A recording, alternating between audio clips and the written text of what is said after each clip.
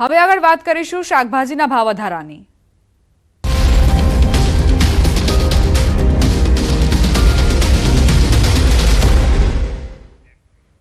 શિયાળામાં શાકભાજીમાં વિટામિન એમ મળી કોને રહ્યું છે?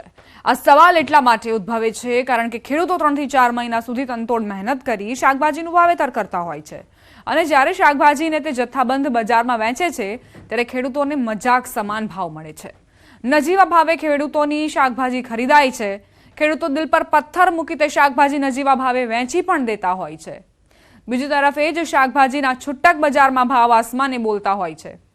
જે દૂધી ખેડૂતોએ 2 થી 3 રૂપિયા કિલો વેચી હોય છે તે જ દૂધી છૂટક બજારમાં ગૃહિણીઓ 15 થી 20 રૂપિયા કિલો ખરીદી રહી છે।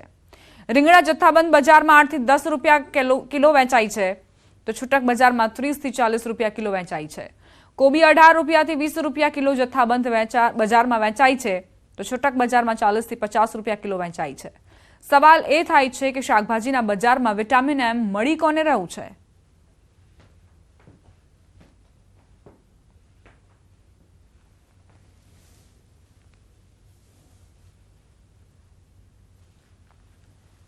રીંગણા છે 30 થી 40 રૂપિયા કિલો, દૂધી છે 15 થી 20 રૂપિયા કિલો, મરચા 40 થી 50 રૂપિયા કિલો, કાકડી છે 30 થી 40 રૂપિયા કિલો, ભીંડો છે 50 થી 60 રૂપિયા કિલો। નીચામાં દૂધી ને રીંગણા એ હાવ નીચું, એ બે વસ્તુનો તો હાવ કોથમરી મેથી એનું હાવ કોથમીર 4-5 રૂપિયાની કિલો ને 10 રૂપિયા ને 8 રૂપિયા, મેથી 5 રૂપિયા 4 રૂપિયા પૂળ્યું,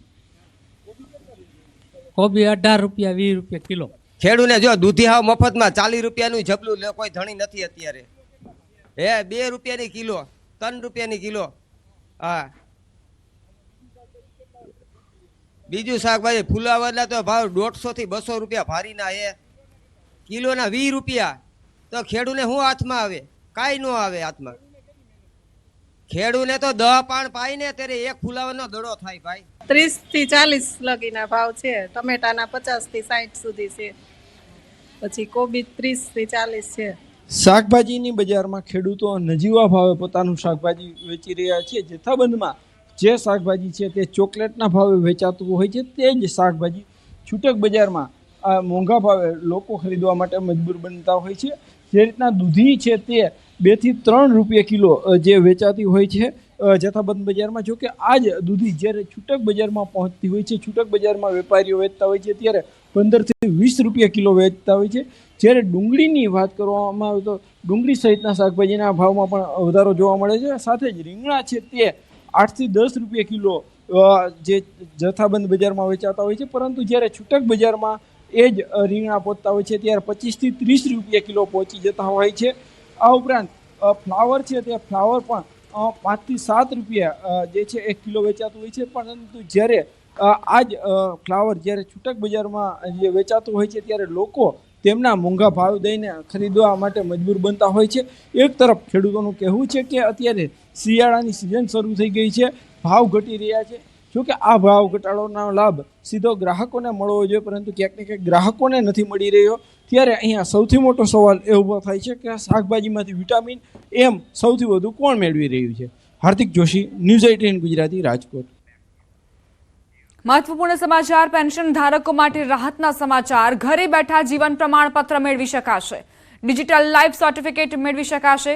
પોસ્ટ ઓફિસના પોસ્ટમેન કે ડાક સેવકની મદદથી જીવન પ્રમાણપત્ર મેળવી શકાશે, જેમાં પેન્શન ધારકો પોસ્ટમેન અથવા પોસ્ટ ઇન્ફો મોબાઈલ એપ આ સુવિધા માટે અનુરોધ કરી શકે છે।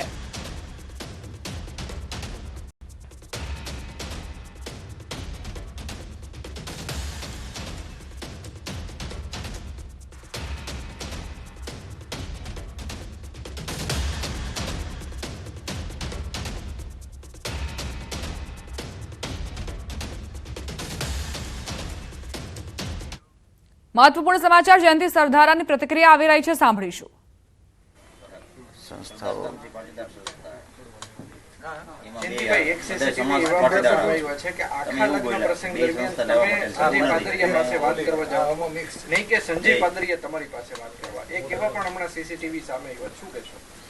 અમે ખોડલધામમાં સાથે હોય તો મળીએ તો હાથ મિલાવીએ જ છીએ દર વખતે। એફઆઈઆરમાં તમે એવું લખાયું કે સંજય પાદરિયા તમારી પાસે આવે છે, પરંતુ જે સીસીટીવી એક નવા સામે આવ્યા છે એમાં લગ્ન પ્રસંગ દરમિયાન તમે સંજય પાદરિયા પાસે જાઓ છો, નહીં કે સંજય પાદરિયા તમારી પાસે આવે છે? ભાઈ હું ગયો એ ગયો, એમાં કંઈ આભું નથી ફાટી જતું. અને અમે તો ખોડલધામના દરેક કાર્યક્રમમાં હાથ મિલાવતા જ હોઈએ છીએ. પણ હવે આમાં ઝઘડાનું એટલે સંજીવ, મારું સવાલ એ છે કે ઝઘડાનું મૂળ શું છે, શું કામે આ ઝઘડો છે? એણે મને એમ કીધું કે ખોડલધામમાંથી તમે બધો કચરો છે એ સરદારધામમાં જાઓ છો અને જે ગદ્દારો છે એ જાય છે. એટલે મેં એને એવું કીધું ગદ્દાર બદ્દાર કંઈ હોય નહીં, બધાની ઈચ્છા પોતાની રીતે જ્યાં જેને ગમતું અહીંયા જાય, આમાં કંઈ ફરજ ન પાડવાની હોય. અને સમાધાન થઈ જવું જોઈએ. શું વાંધો છે? મને કાંઈ ખબર નથી પડતી આમાં, પણ સમાધાન થવું. તો જયંતિ સરધારા જેમનું કહેવું છે કે પીઆઈ પાદરિયા મારી પાસે આવ્યા હોય કે હું પીઆઈ પાદરિયાને મળવા ગયો હોઉં તેમાં કંઈ જ ફેર નથી પડતો, પરંતુ હા મારી સાથે જે બન્યું તે યોગ્ય નથી. બીજી તરફ તેમણે એ પણ કહ્યું કે મને જે મારવામાં આવ્યો તેમાં સમાધાન થવું જોઈએ. જયંતિ સરધારાનો પીઆઈ સંજય પર આરોપ, બધા વ્યક્તિગત નિવેદન આપે છે. મારા પર સ્થળ પર જ હુમલો કરવામાં આવ્યો હતો. અમરેલીમાં 21 વર્ષની યુવતી સાથે દુષ્કર્મ, લગ્નની લાલચ આપી 4 શખ્સો યુવતી સાથે સામૂહિક દુષ્કર્મ કર્યાની ફરિયાદ નોંધાઈ. વડિયા પોલીસ મથકમાં 4 સામે ગુનો નોંધાયો. સામૂહિક દુષ્કર્મની ઘટનાથી સમગ્ર પંથકમાં ખળભળાટ મચ્યો છે. પોલીસે આરોપીઓની ધરપકડ કરવા કવાયત હાથ ધરી છે. સંવાદદાતા રાજન જોડાઈ ગયા છે વધુ જાણકારી સાથે. રાજન, 21 વર્ષીય યુવતી સાથે શું ઘટ્યું, શું જાણકારી? દીપા, આ સમગ્ર જે ઘટના છે વડિયા તાલુકાના કુકાઓ ખાતે ઘટના બની હોવાની પોલીસ ફરિયાદ ગઈકાલે રાત્રે જ નોંધાઈ છે. તેમાં એક 21 વર્ષીય યુવતી સાથે 4 વ્યક્તિઓએ સામૂહિક દુષ્કર્મ કર્યું હોય તે પ્રકારની ફરિયાદ વડિયા પોલીસ સ્ટેશનમાં નોંધાઈ છે. પોલીસ પાસેથી મળતી માહિતી મુજબ આરોપીઓ છે એ હાથવેતમાં છે અને બપોર બાદ આ સમગ્ર મામલે પોલીસ સમગ્ર મામલાનો પર્દાફાશ કરશે કે આ ઘટના કઈ રીતે બની અને કેવા સંજોગોમાં થઈ. અત્યારે હાલ જે 4 આરોપીઓ છે તેમની વિરુદ્ધ વડિયા પોલીસ સ્ટેશનમાં ફરિયાદ નોંધવામાં આવી છે. જી દીપા. આભાર રાજન જાણકારી આપવા માટે. સુરત જિલ્લામાં માનસિક વિકલાંગ સગીરા પર દુષ્કર્મ મામલે બારડોલી સેશન્સ કોર્ટે ચુકાદો આપ્યો. આરોપી કુલદીપ રામાપતિ ગૌતમને 35 વર્ષની સખત કેદ ફટકારાઈ.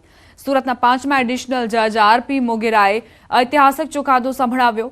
આરોપીના કેસની ટ્રાયલ બારડોલીની સેશન્સ કોર્ટમાં ચાલી રહી હતી. ફરિયાદી તરફે સરકારી વકીલ નિલેશ પટેલ દ્વારા ધારદાર રજૂઆત કરાઈ હતી. આરપી મોગેરા સાહેબે સદર આરોપીને કસૂરવાર ઠેરવી પોક્સો એક્ટની કલમ 4(2) મુજબ 35 વર્ષની સજા અને ₹15,000નો દંડ તથા પોક્સો એક્ટની કલમ 6 મુજબ 20 વર્ષની સજા અને ₹10,000નો દંડ અને પોક્સો એક્ટની કલમ 8 મુજબ 5 વર્ષની સજા અને ₹5,000નો દંડ કરેલ છે. એમાં કે આ ભોગ બનનાર જે હતી તે સગીર વયની હતી અને મંદબુદ્ધિની હતી. એની જુબાનીને ધ્યાને લેવા માટે મેડિકલ પેપર્સોને ધ્યાને લઈને સજા કરવામાં આવી. રોકાઈશું એક નાનકડા વિરામ માટે. આપ જોતા રહો ન્યૂઝ 18 ગુજરાતી.